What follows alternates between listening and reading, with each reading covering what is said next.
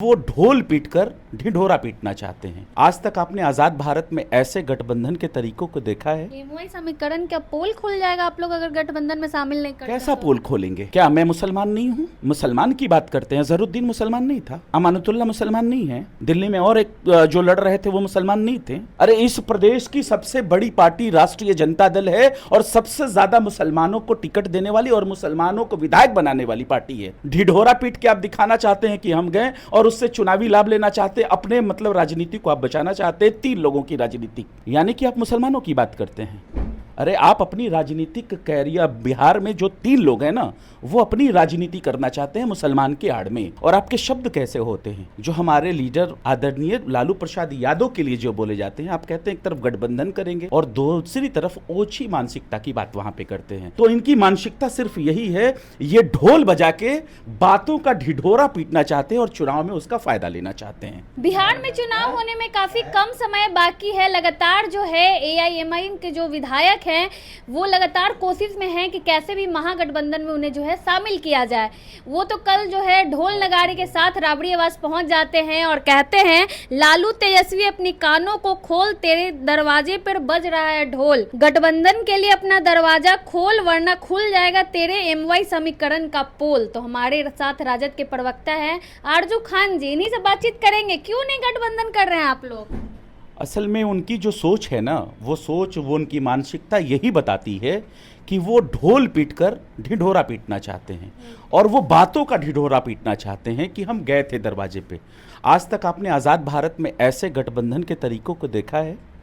आप जब आते हैं यहाँ पे हमारी कार्यालय प्रभारी को मीडिया के साथ आते हैं और एक ठो लेटर किसी से छुड़वा के चले जाते हैं, वहाँ ढोल बजाते हैं और आपके शब्द कैसे होते हैं जो हमारे लीडर आदरणीय लालू प्रसाद यादव के लिए जो बोले जाते हैं। आप कहते हैं एक तरफ गठबंधन करेंगे और दूसरी तरफ ओछी मानसिकता की बात वहां पे करते हैं।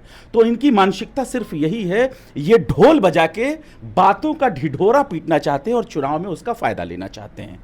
जबकि बिहार की जनता बार बार ये दिखाती है कि आप कितनी भी परसेप्शन गढ़ लीजिए, नकारात्मक राजनीति कर लीजिए, आप किसी भी एजेंडे पर चलते हैं, लेकिन बिहार की जनता ने 140 करोड़ आवाम में, जिसने 8 करोड़ 90 लाख जिसमें वोटर हैं, उन्होंने सबसे पहले अपना विश्वास राष्ट्रीय जनता दल पे जताया और राष्ट्रीय Janata Dal leader of opposition Tejashwi Prasad Yadav को बिहार का नेता प्रतिपक्ष बनाया। ये हमारी ताकत है।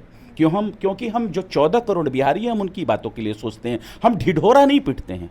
लेकिन इनकी मानसिकता ढिढोरा पीटनी थी, उससे ज्यादा कुछ नहीं थी। एमओआई समीकरण क्या पोल खुल जाएगा आप लोग अगर गठबंधन में शामिल नहीं करते? कैसा पोल खोलेंगे? क्या मैं मुसलमान नहीं हूँ? मेरे बगल में बैठे एजाज भाई मुसलमान नहीं है, कारी सुहेब साहब मुसलमान नहीं है। अरे इस प्रदेश की सबसे बड़ी पार्टी राष्ट्रीय जनता दल है और सबसे ज्यादा मुसलमानों को टिकट देने वाली और मुसलमानों को विधायक बनाने वाली पार्टी है जनता दल यूनाइटेड में। आप बताइए कितने मुसलमान विधायक हैं? बताइए भारतीय जनता पार्टी में कितने मुसलमान विधायक हैं? और आज के परिवेश में हमको देख लीजिए। तो ये किससे आप बताते हैं? ये किस तरीके का आप खेल खेल रहे हैं? किस तरीके की राजनीति करना चाहते हैं? गिड़गिड़ा रहे हैं राजद के सामने, ढोल नगाड़ा बजाना। कह रहा हूँ, गिड़गिड़ा नहीं रहे हैं, परसेप्शन गढ़ने की कोशिश कर रहे हैं। ढोल बजा के ढिढोरा पीटना चाहते हैं और वो ढिढोरा पीटकर अपना जो छवि है ना, उसको बनाने की, परसेप्शन को क्रिएट करने की कोशिश कर रहे हैं। सब उनकी मानसिकता को जानता है। मानसिकता आसान शब्दों में समझाइए। मुझे बताने की जरूरत है क्या?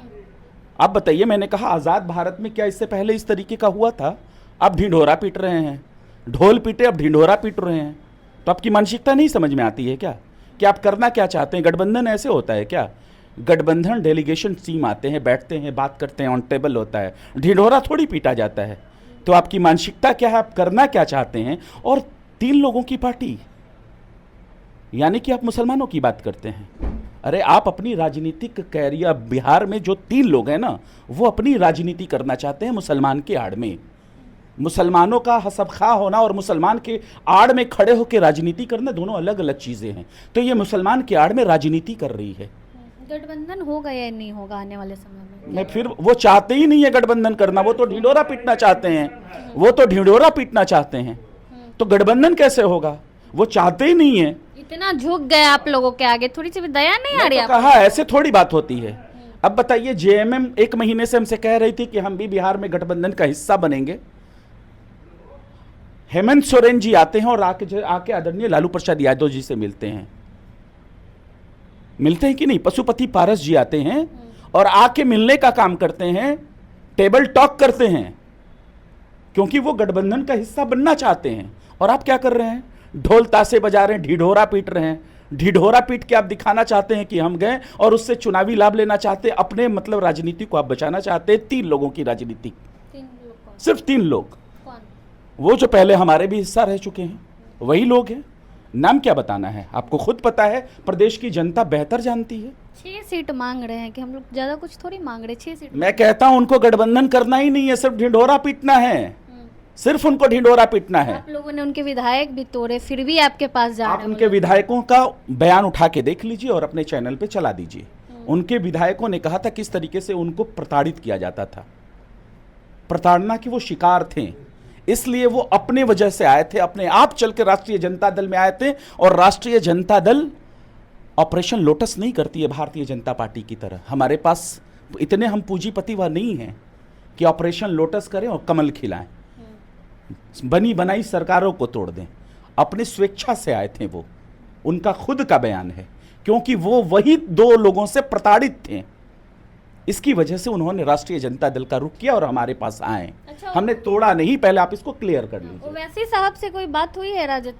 बात करना चाहेंगे तब तो होगी ना। सिर्फ उनके लोग ही मैं ढोल तो लगा कह ही रहे रहा हूं हैं। कि ढिढोरा पीटना चाहते हैं ये।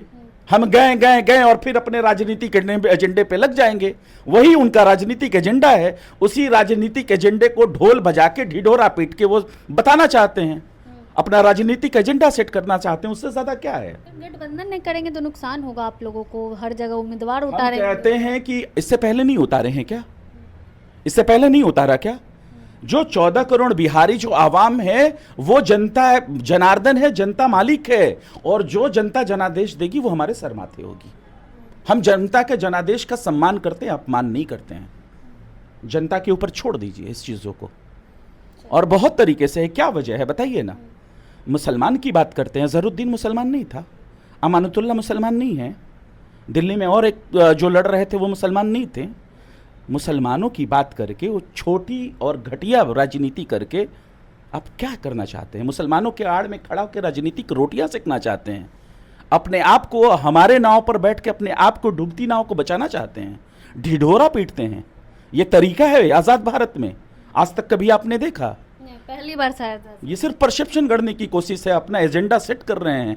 किसके कहने पे एजेंडा सेट कर रहे हैं, सवाल ये बनता है। चलिए, बहुत बहुत धन्यवाद। हमारे साथ आरजू खान जी थे, राजद के प्रवक्ता हैं। बाकी अब क्या को सोचते पूरे मामले को लेकर, अपनी राय कमेंट बॉक्स में जरूर दें। धन्यवाद।